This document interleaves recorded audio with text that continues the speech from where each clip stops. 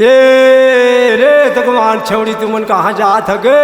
ये तकवान सफेद पकड़ के हमारे पैरी चूरा पहिर के तुमन कौन गांव के हवा के दैया हो? हमन तो सलका के हैं जी, कर्मा खेले जात हन राजेश भैया घर।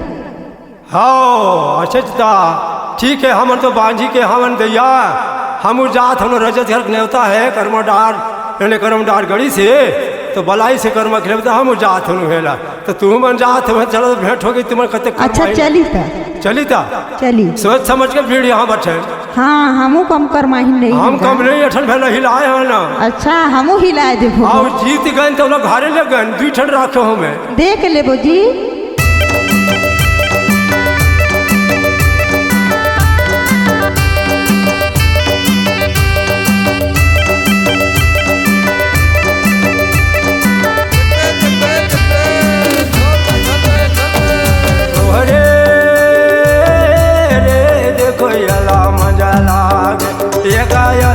कालती मदर बाजे देखो यला मजा लागे।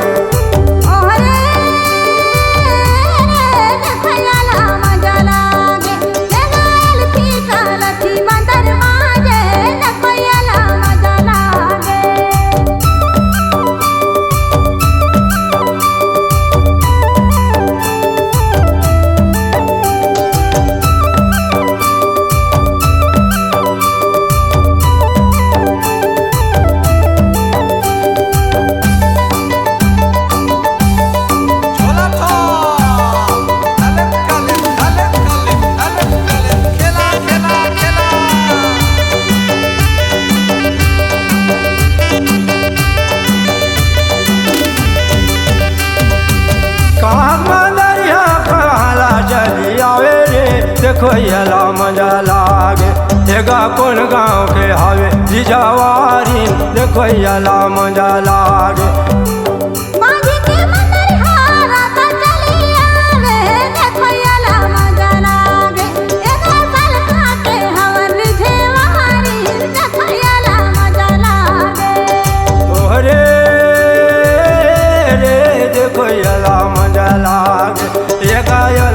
कालती मदर बाजे देखो यला मजा लागे।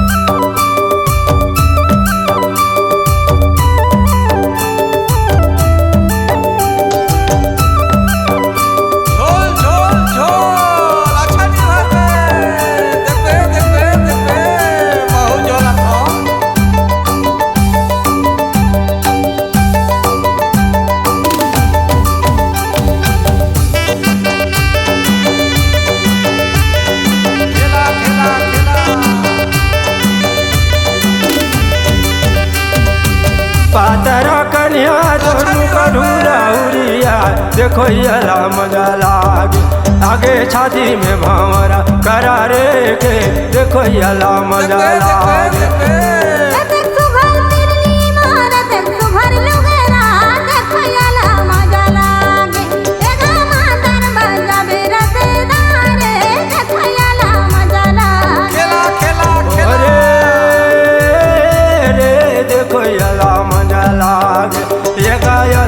कालती मदर बाजे देखो यला मजा लागे। देखो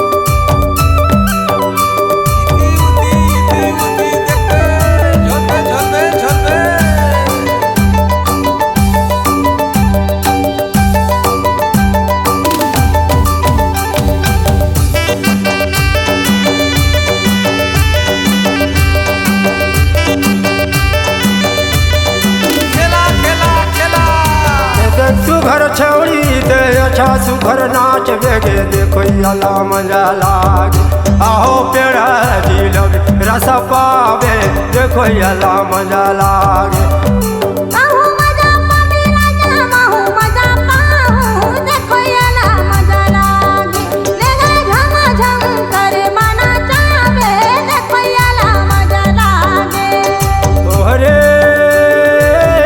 रे देखो अला मजा लागे ये गालती मदर बाजे देखो अला मजा लागे ओहरे